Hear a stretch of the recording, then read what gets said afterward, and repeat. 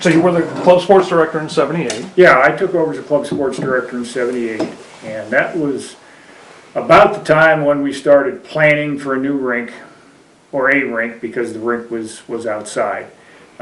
Before that, teams had been traveling to Mechanicsburg to play games and practice, and not a good situation. So I think that it's important for people to realize that Bob Hedema, whose son Jamie was a player, and Bob was a professor of engineering.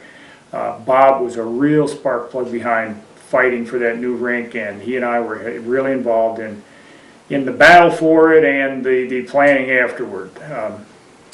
And about that time, I think the Student Support Club, which was we called it the Hockey Icers Management Club, really started to gain some speed, because there had been virtually no support from the school. It was really a student-run operation.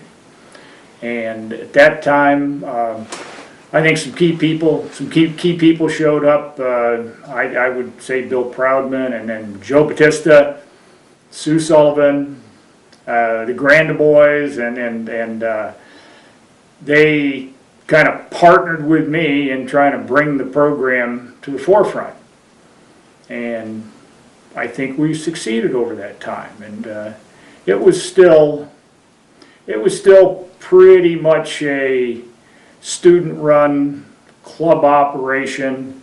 I used to drive vans to and from games and up to Canada and back, and those types of things. And a bus was a luxury. When they did get around to going to nationals, everybody would have to chip in for the cost of plane tickets, and in fact we even had a player fee for players who made the team during the year. I was able to convince some of the powers that be in athletics that we should really divide our club program into two different types of clubs.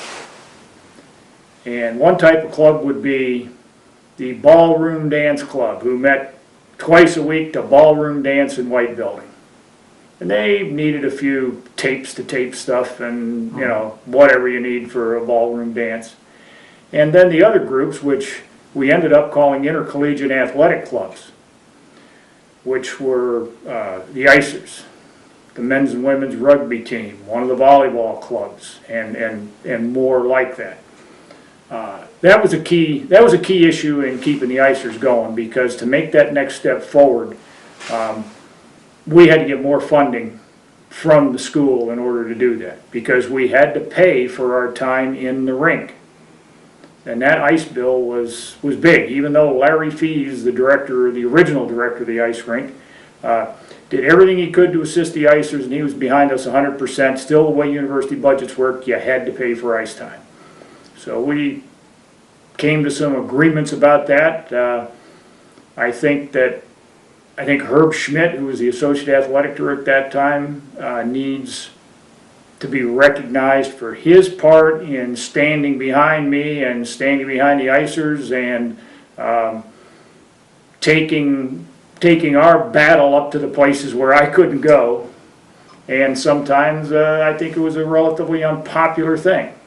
There were a number of sports emerging at that time.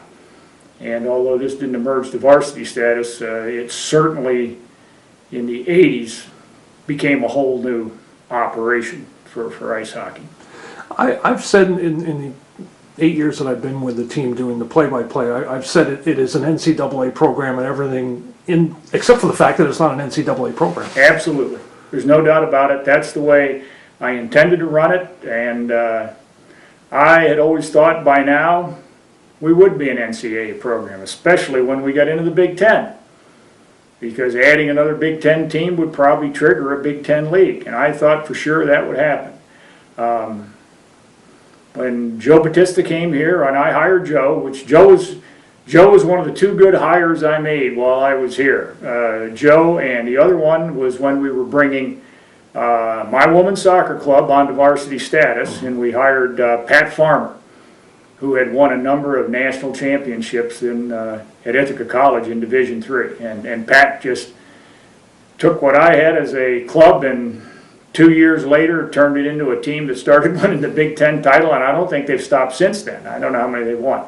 And we certainly have the same hopes for ice hockey, but that hasn't turned out yet. It may. I don't know. The other thing I've said, and I've talked with Joe about this quite often, is we all want it to happen, obviously, but it's a double-edged sword. Absolutely. Because it becomes a business. Yes. It becomes a business, and some of the family aspect that we've had where the players were and have been so involved in making the program run will be lost. There's no doubt about it. They'll be under restrictions where they can't be involved, and NCAA rules will apply.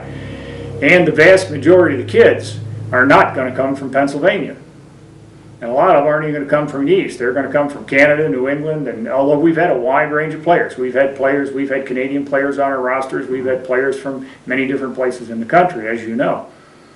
But it'll be a different deal when it goes there. There's no doubt about it.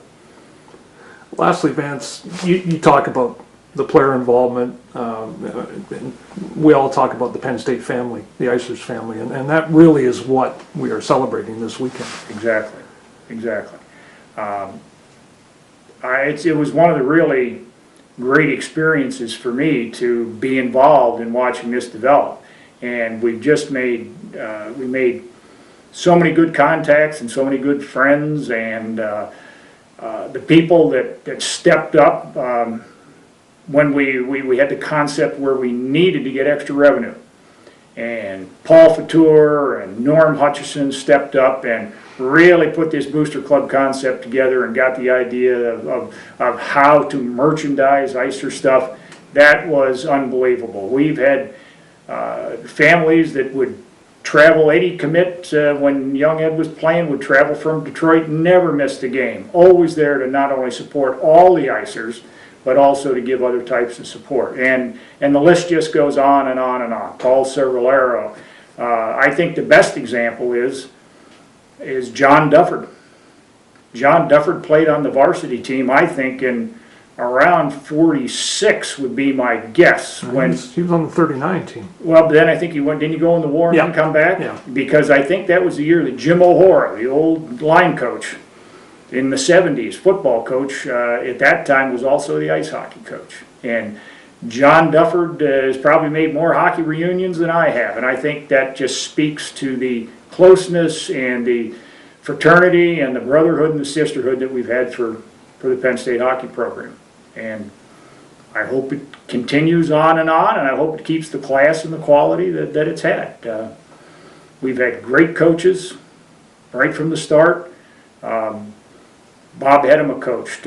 Clayton John coached. Had a business downtown which dealt in hockey stuff, and Clayton was interested in hockey, and it certainly was to his benefit to coach. Then came John Shellington, who really moved us up. John had played at Division I, really understood how to coach the game. Joe Batista, I guess we got him from Culver Academy, where he was an assistant coach out there, but didn't take much to get him here. Not much, I'll tell you that. I think he was chomping at the bit, waiting for the opportunity. He was the first coach that we really brought in to coach the Icers, and the rest is history, I guess, is what you'd say.